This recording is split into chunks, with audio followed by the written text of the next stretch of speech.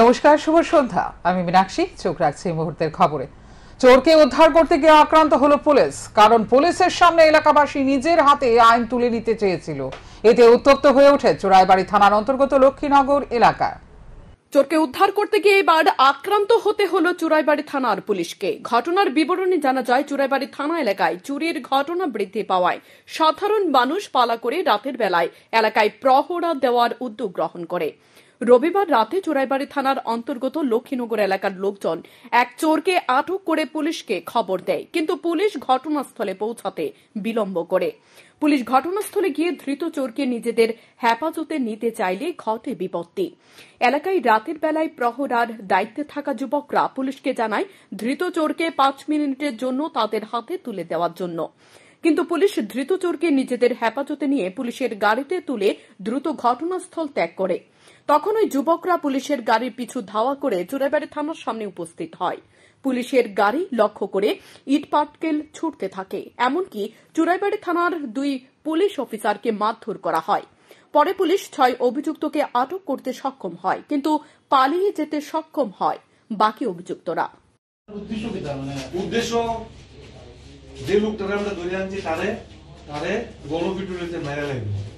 রাতে ঘটনাস্থলে ছুটে যায় মহকুমা পুলিশ আধিকারিক। ঘটনা বিষয়ে পুলিশ আধিকারিক মুখ খুলতে চাইছে না। ঘটনাকে কেন্দ্র করে এলাকায় তীব্র চাঞ্চল্য বিরাজ করছে। শান্তন টিভি। আগামী 24শে মার্চ ত্রিপুরা বার অ্যাসোসিয়েশনের নির্বাচন। আগামী 20 মার্চ দুপুর 12টা থেকে বিকেল 4টা পর্যন্ত মনোনয়নপত্র চাইলে প্রার্থী তুলে নিতে পারবে। ভোট হবে 4টি সেন্টারে। ভোটারের সংখ্যা 500 জন। ভোটের গণনা হবে 24শে মার্চে দুপুর 2টো থেকে। তবে এবার আইনজীবী উন্নয়ন মঞ্চের সাথে জোরদার লড়াই হতে চলেছে সংবিধান বাঁচাও মঞ্চের। এ বিষয়ে বরিষ্ঠ আইনজীবী পীযূষ কান্তি বিশ্বাস জানান, বিজেপি সমর্থিতরা একটি প্যানেল থেকে দাঁড়িয়েছে, অপর প্যানেল থেকে দাঁড়িয়েছে কংগ্রেস এবং সিপিআইএম মিলে। জয় নিশ্চিত কংগ্রেস এবং সিপিআইএম প্যানেলের। এদিকে সংবিধান বাঁচাও মঞ্চে সভাপতি পদের প্রার্থী মৃণাল কান্তি বিশ্বাস জানিয়েছেন তিনি ভালো সাড়া পাচ্ছেন। জয় নিয়ে তিনি আশাবাদী। খুব তেজি গতিতে চলছে, ভালো সাড়া পাচ্ছি। আশা করি আমরা সবকটা সিটে দুর্দান্ত রেজাল্ট করব। সবাই আমাদের দিকে সহযোগিতা হাত বাড়িয়েছে, আর আমরা আমাদের বিগত দিনগুলির কাজের নিরিখে আমরা অ্যাডভোকেটদের কাছে ভোট চাইছি। নির্বাচনে তো এবার বারে খুব উৎসাহ। এখানে বিজেপির সমর্থিত যারা ওনারাও একটা প্যানেলে ভোটে দাঁড়িয়েছে, কংগ্রেস এবং লেফট মিলে আর একটা প্যানেল। আমি যতটুকু কথা বলে বুঝতে পারছি যে ওই প্যানেলটার জয় নিশ্চিত। আমি মধ্যে মধ্যে বারে আসি অন্যদের সঙ্গে বুদ্ধি নিতে। নির্বাচন সবটাই অনুমান নির্ভর, এক্ষুনি বলার মতো পরিস্থিতি বোধহয় আসেনি। যে কোনোভাবে বিজেপিকে দেশ থেকে পরাজিত করতে হবে, তাই আসন্ন লোকসভা নির্বাচন দেশবাসীর কাছে অগ্নি পরীক্ষা। সোমবার বিগত বিধানসভা নির্বাচনের নির্দল প্রার্থী তথা বরিষ্ঠ আইনজীবী পুরুষোত্তম রায় বর্মন এই কথা বলেন। তিনি বলেন, এবার নির্বাচনে অন্য এক কারণে প্রার্থী হননি তিনি। তবে আসন্ন নির্বাচনে কংগ্রেস ও সিপিআইএম এর সমর্থনে নির্দলের পক্ষ থেকে কংগ্রেস ও সিপিআইএম এর সমর্থনে জনগণের কাছে প্রচার করা হবে, কারণ যে কোনো মূল্যে বিজেপিকে শাসন ক্ষমতা থেকে দূর করতে হবে। বিজেপিকে পরাস্ত করতে না পারলে দেশের সর্বনাশ হবে বলেও জানান তিনি আরো বলেন, আসন্ন নির্বাচনে গণতন্ত্র প্রিয় মানুষের অধিকার প্রতিষ্ঠা করতে নির্দল মানুষের কাছে যাবে। বিগত বিধানসভা নির্বাচনে রাজ্যের মানুষ পরিবর্তন চেয়েছিল, কিন্তু কিছু কিছু শক্তির মানুষের সাথে বিশ্বাসঘাতকতা করেছে, তাই পরিবর্তন হয়নি। আসন্ন লোকসভা উপনির্বাচনে মানুষ তার নিজ দায়িত্ব পালন করে বিজেপিকে পরাজিত করবে বলে আশা পুরুষোত্তম রায় বর্মনের। আমরা এই নির্বাচনেও কংগ্রেস সিপিআইএম প্রার্থী সমর্থনে আমরা আমাদের প্রচার করব। আমরা চাই যে কোনো মূল্যে বিজেপিকে হারাতে হবে, বিজেপিকে এই শাসন ক্ষমতা থেকে দূর করতে হবে। এই নির্বাচন, লোকসভা নির্বাচন ভারতবর্ষের সামনে একটা অগ্নি পরীক্ষা। এই নির্বাচনে যদি বিজেপিকে পরাস্ত করা না যায় তবে দেশের সমূহ সর্বনাশ, এবং এই নির্বাচনে আমরা আশাবাদী বিজেপি অবশ্যই পরাস্ত। এই নির্বাচনে আমাদেরও ভূমিকা থাকবে মানবাধিকার কর্মী হিসেবে। সংবিধান এবং গণতন্ত্র রক্ষার জন্য বিজেপিকে পরাস্ত করার পক্ষে মানুষের কাছে যাওয়া এবং এই 7 রামনগর উপনির্বাচনও আমরা চাইব এখানে যিনি দাঁড়িয়েছেন সিপিআইএম দলের প্রার্থী রতন দাস, তার সমর্থনে মানুষ তাকে ভোট দিয়ে জয়যুক্ত করবে। গরমে সুস্বাদু রসালো ফলের মধ্যে একটি অন্যতম হল তরমুজ। ইতিমধ্যে রাজ্যের বাজারে আসতে শুরু করেছে তরমুজ।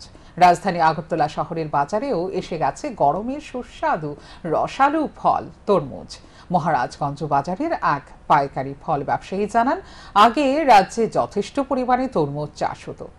একই জমিতে পরপর 2 থেকে 3 বারে তরমুজ উৎপাদন হয় না, ফলে বর্তমানে রাজ্যে তরমুজ চাষ অনেকটা কমে গেছে। ফলে বহিরাজ্য থেকে তরমুজ আমদানি করতে হয়। বর্তমানে বেঙ্গালুরু থেকে রাজ্যের বাজারে তরমুজ আমদানি করা হয়েছে। বেঙ্গালুরু থেকে আমদানি করা তরমুজ পাইকারি বাজারে বিক্রয় হচ্ছে 30 থেকে 32 টাকা প্রতি কেজি। খুচরো বাজারে এই তরমুজ বিক্রয় হচ্ছে 40 থেকে 45 টাকা প্রতি কেজি। তবে বাজারে তরমুজের চাহিদা অনেক বেশি রয়েছে।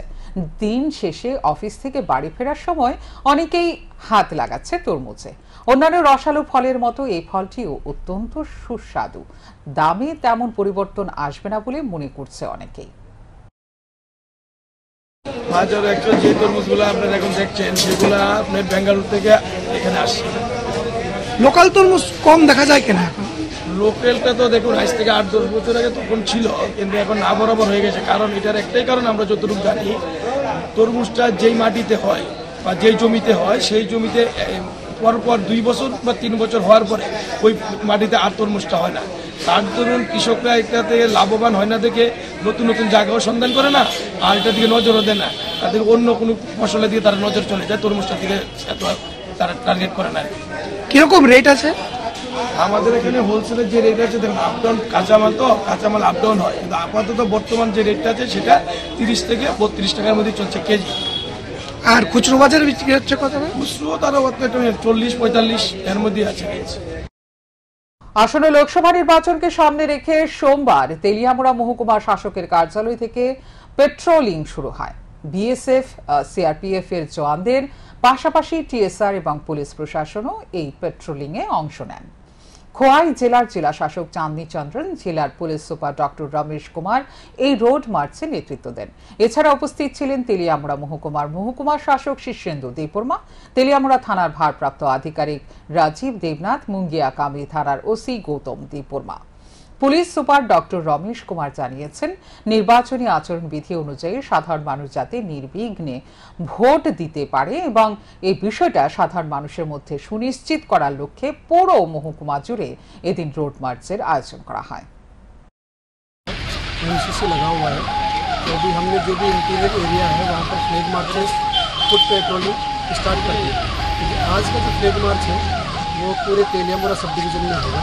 अभी हम यहाँ से स्टार्ट करेंगे, क्योंकि चकमा घाट, मोजागामी से होते हुए उत्तर महारानी और कल्याणपुर से होते हुए वापस तेलियामुड़ा लेके आएंगे।